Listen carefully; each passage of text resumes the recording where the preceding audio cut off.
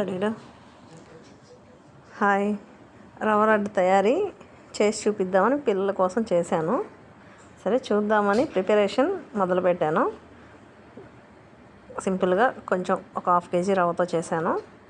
First దానికోసం కొంచెం కొబ్బరి తురుముకొని, కొబ్బరిని సన్నగా తురుముకున్నాను. షుగరు, రవ్వ, నెయ్యి, కొబ్బరి తురుము, జీడిపప్పు, బాండల్లో నెయ్యి వేసుకొని డ్రై ఫ్రూట్స్, జీడిపప్పు వేయించుకొని ప్లేట్లో తీసుకోవాలి.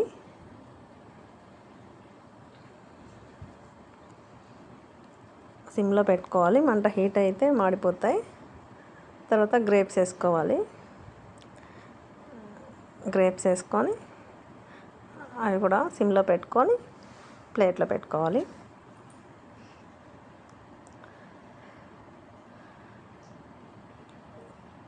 కొబ్బరి కూడా డ్రై చేసుకోవాలి, రోస్ట్ చేసుకోవాలి కొంచెం లైట్గా, పచ్చివాసన పోయేదాకా.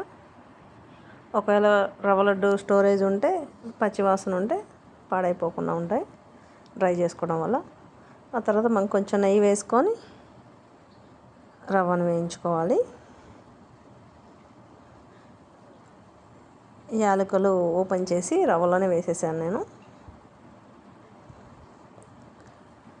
కొంచెం లైట్గా వేగిన తర్వాత షుగర్ కూడా వేసుకోవాలి.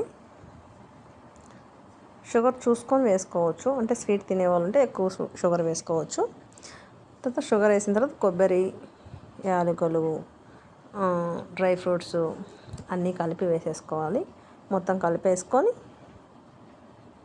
లైట్గా ఒకసారి హీట్ చేసుకోవాలి మొత్తం కలిపి. తర్వాత కాయించి చల్లార్చిన పాలను తీసుకొని రవ్వలో కొంచెం కొంచెం కలుపుకుంటూ రవ్వ లడ్డూలు చేసుకోవాలి. కొంచెం కొంచెం కలిపి కొంచెం సేపు ఆగి చల్లారకుండానే లడ్డులు ప్రిపరేషన్ చేసుకోవాలి. కొంచెం హీట్గానే ఉంటుంది, బట్ కాలకుండా చూసుకొని హ్యాండ్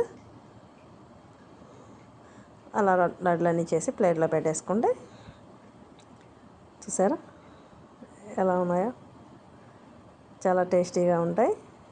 స్వీట్ తినే వాళ్ళని బట్టి స్వీట్ వేసుకోవచ్చు. అన్నీ పాలతోనే చేసుకుంటే బాగుంటాయి. ఒకవేళ పాలు తక్కువ ఉన్నా కొంచెం వాటర్ కూడా పాలలో మిక్స్ చేసుకొని కాగబెట్టుకొని వేసుకోవచ్చు.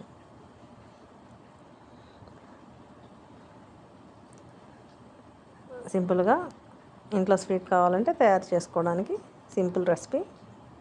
చూసారా ఎలా ఉందో? చూడండి. మీకు ఇంకేమైనా వెరైటీస్ తెలిస్తే కామెంట్స్లో చెప్పండి. ఏమైనా తక్కువైనా వేయాలన్నా మీరు ఎలా చేస్తారో కూడా